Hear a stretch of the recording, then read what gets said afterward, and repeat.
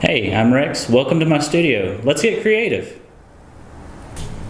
Alright, what we're going to get creative with today is bandsaw boxes. Bandsaw boxes can be made in a number of ways, and today I'm going to show you how to make a bandsaw box like this one, a little bit different design, from a single piece of material. This is solid pine. It was made from a 4x4 that you can get at any big box retailer like Lowe's, Home Depot, or any nearby lumberyard or big box store in your area. This, however, is a chunk of hemlock that a friend of mine has given me, and I'm going to see if I can turn this into a bandsaw box. Why don't you stick with me and see what we can do.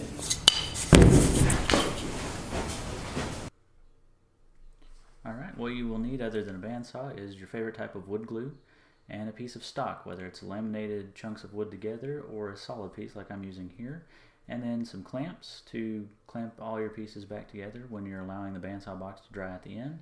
And oh yeah, almost forgot, a contrasting piece of wood to use for the drawer pull of the bandsaw box. Next up, we will try to trace a pattern on here. I was going to freehand it, but it didn't turn out as well as what I'd hoped. So I'm using the mason jar lid here to get a good circular pattern. And you could do this freehand. You could draw using stuff like I'm doing right here, or you could actually use a paper template. Paper template would most likely yield the best benefits, but hey, I'm still enjoying doing this freehand and using found objects, so that's what I'm going to stick with.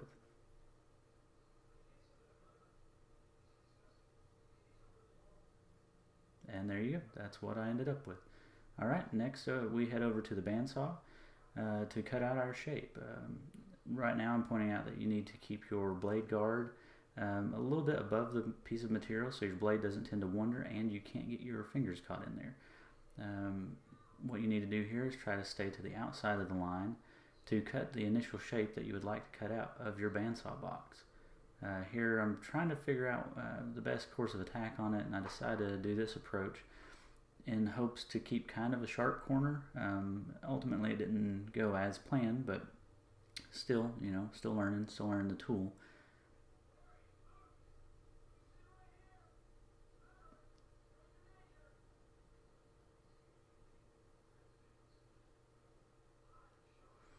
Okay, and again, as still learning the tool, I end up having a little bit of a crooked cut on this next part right here. And what it does is it kind of tapers the back of the piece of the bandsaw box, and it keeps it from separating evenly when you go to pull it apart. It's just a bit of learning the feed rate of the material and kind of learning the limitations of the blade that you're using at the same time. I haven't used this blade too much yet, so I've still got a lot of learning to do with it.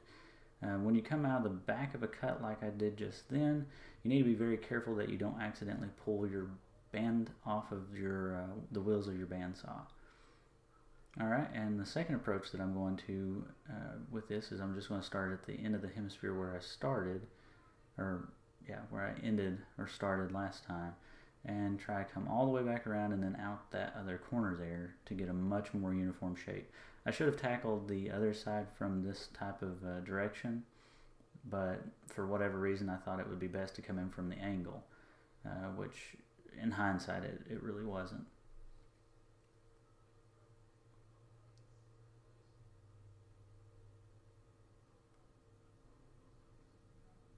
Well, and there you have it. It's freed from the chunk, and there is the main body of the bandsaw box. Good to go, sort of? Yep, there we go.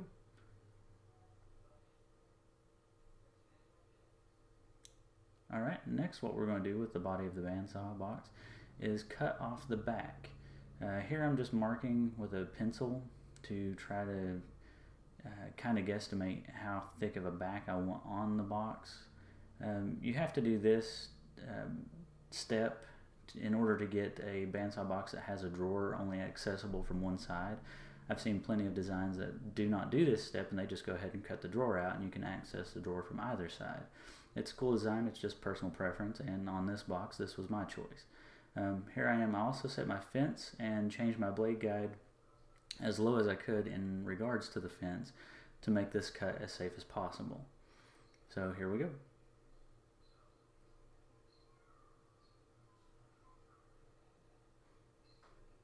And as I'm cutting, I'm also trying to kind of keep an eye on holding it right up to the fence, but also keeping an eye on the blade to make sure I'm not binding the blade up and cutting at a funky angle, which is also why that line's there a little bit. I can kind of keep an eye on blade drift and accommodate for it. Alright, and there's the first downside of using these kind of solid chunks, is that sometimes they have splits hidden within the grain of the inner parts of them, and I remedied that off camera of just gluing it back together. Alright, now we're coming back to cut the drawer. I've drawn a circle within that circle just using a spray paint can lid, and I've drawn an entry point for my blade. The way bandsaw boxes are, you can't really start in the middle to get your drawer out, so you have to go through one of the ends to cut your drawer.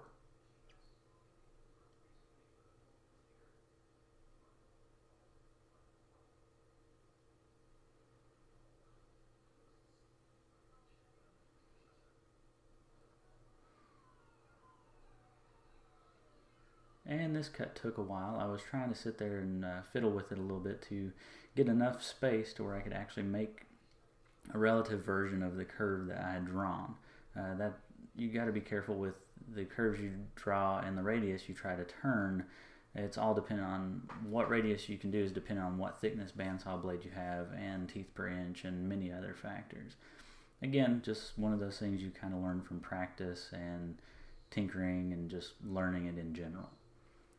As I come around the curve here, I kind of got a little carried away and came in a little too much from the line that I was actually aiming for, which isn't a problem. I mean, nobody's ever going to see that line and know, well, other than the video, they won't know really where my mindset was with this box. So by the time it's done, it's not going to matter.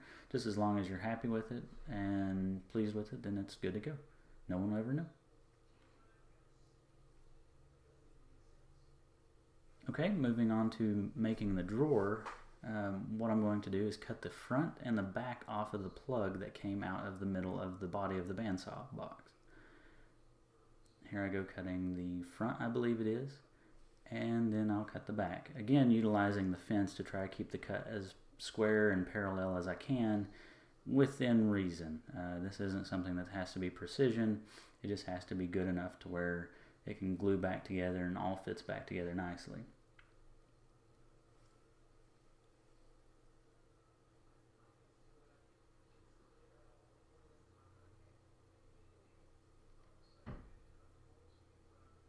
Alright, now that both halves are gone, it's time to make the actual area where the jewelry or what have you can sit in. I'm going to lower my guide yet again for safety's sake and for accuracy.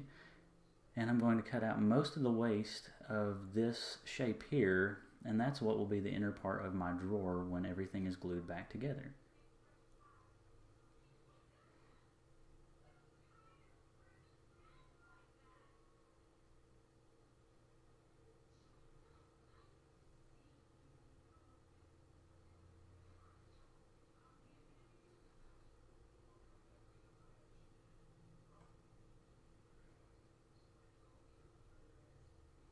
This I kind of had to tackle from both ends because the radius I had drawn was a little too tight for this blade.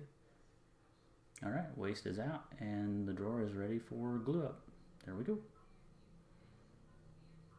Okay, there's all the pieces to the bandsaw box minus the drawer pull. And next is just glue it up and clamp it together and wait for it all to dry. Okay, there I've got the drawer clamped up. It just seemed a little monotonous to try to fiddle with on camera. But I am going to show you how I attach the body to the back to the body. And there you see I've already repaired that split that had happened at the saw with the first initial cut. And from here I'm just going to throw some glue on it and throw it into some clamps and let it set up to cure. And these clamps are new to me, so it takes me a little bit of fiddling with them. I know a lot of other woodworkers are pretty familiar with this, but as kind of a novice maker, I'm used to squeeze clamps and things like that, so these are the first time I've been using these. But so far it's been enjoyable.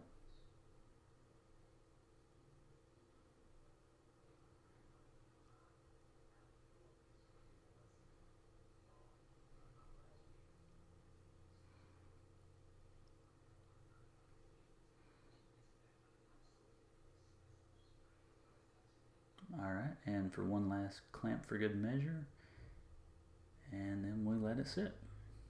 Okay, after letting it sit and doing some sanding, we come back to do the finish. For the finish on this one, I'm using tung oil and just kind of slopping it on relatively thick.